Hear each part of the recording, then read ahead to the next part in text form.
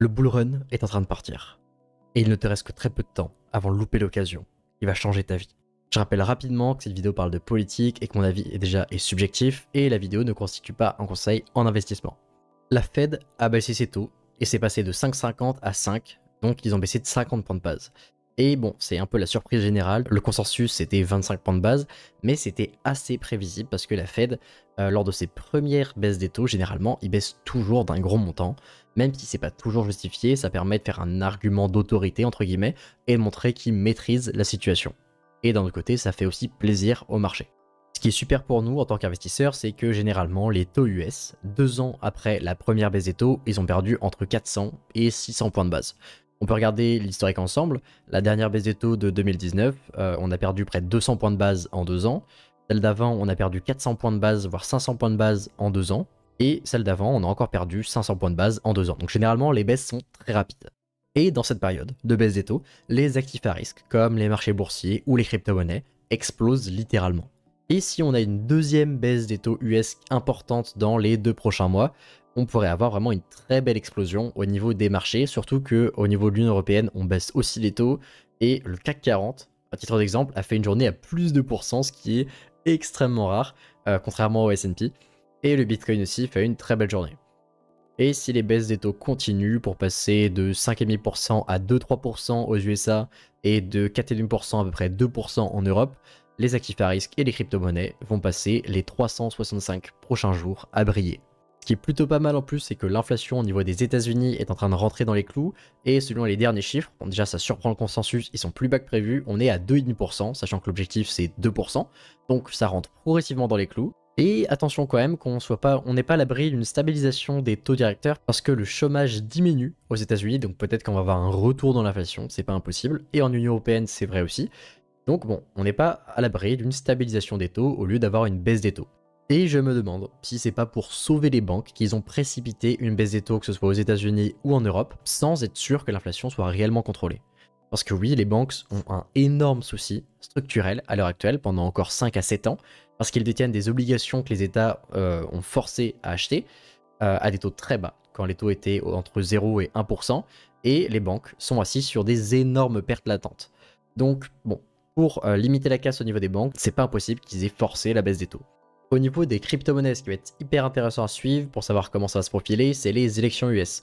Parce qu'on a un duel entre Kamala Harris et Donald Trump, vraisemblablement, et jusqu'à preuve du contraire, alors la Fed, qui était censée être détachée du pouvoir, aurait pu, bon, c'est pas encore sûr, rien n'est prouvé, il n'y a pas de chiffres, faire une baisse de taux de manière assez importante aussi pour aider les démocrates, ou en tout cas, la personne qui va le plus profiter d'une baisse des taux, c'est Kamala Harris.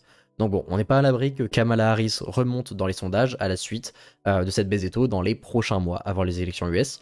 Donc voilà, faut garder ça en tête. Et Kamala Harris, on sait que si elle est élue, on sait à peu près à quoi s'attendre. Parce que en gros, ça va être la continuation de la politique qu'on a depuis 2021 aux États-Unis.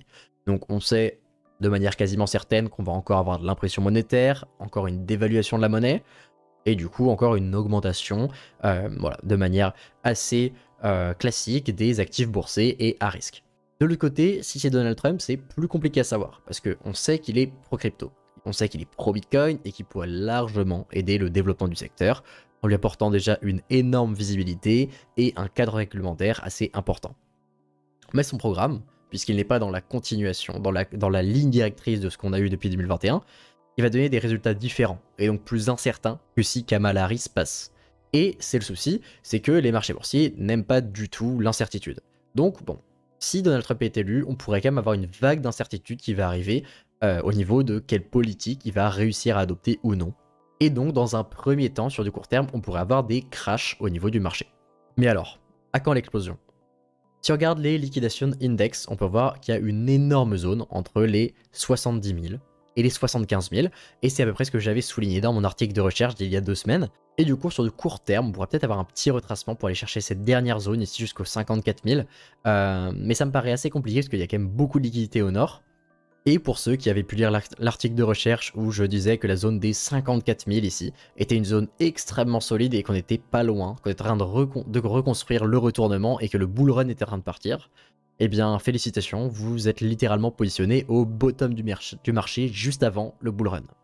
Et oui, je pense que le bull run est en train de partir comme en 2021, prêt à exploser, en train de bouillir, parce que toutes les crypto-monnaies sont sur le point d'exploser. On peut voir le Bitcoin hier, c'est pas l'alt season, c'est l'alt year, donc c'est le même indice mais calculé sur une année qui a rebondi sur les 25 et qui est en train de péter à la hausse très rapidement. Et on est peut-être sur des prémices de ce qui s'est passé comme en 2020. Et à mon avis, par rapport à mon analyse, par rapport au bull run de 2021, on sera à peu près ici sur Bitcoin, sur la dernière reprise avant la dernière grosse vague du bull run. Et ce qu'il faut savoir, c'est que c'est dans cette période-là de latéralisation du Bitcoin que 95 à 99% des altcoins explosent. Très peu explosent vraiment avant cette période. Mais quand le Bitcoin commence à latéraliser après des gros bénéfices, c'est ici que les altcoins explosent. Donc, on n'est pas très loin, ça va vite arriver, mais on a encore le temps de se positionner.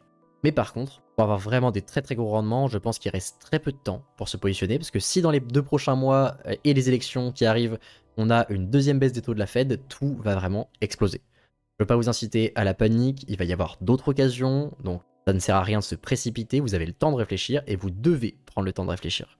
Mais on a la chance d'être dans une période avec des opportunités qui changent des vies. Et elles n'en vont pas nous attendre, donc je pense qu'il faut en profiter. Et je pense, pour en profiter, qu'il ne faut pas s'éparpiller. Il faut se concentrer sur des secteurs porteurs qui ont déjà fait leurs preuves depuis le début du cycle.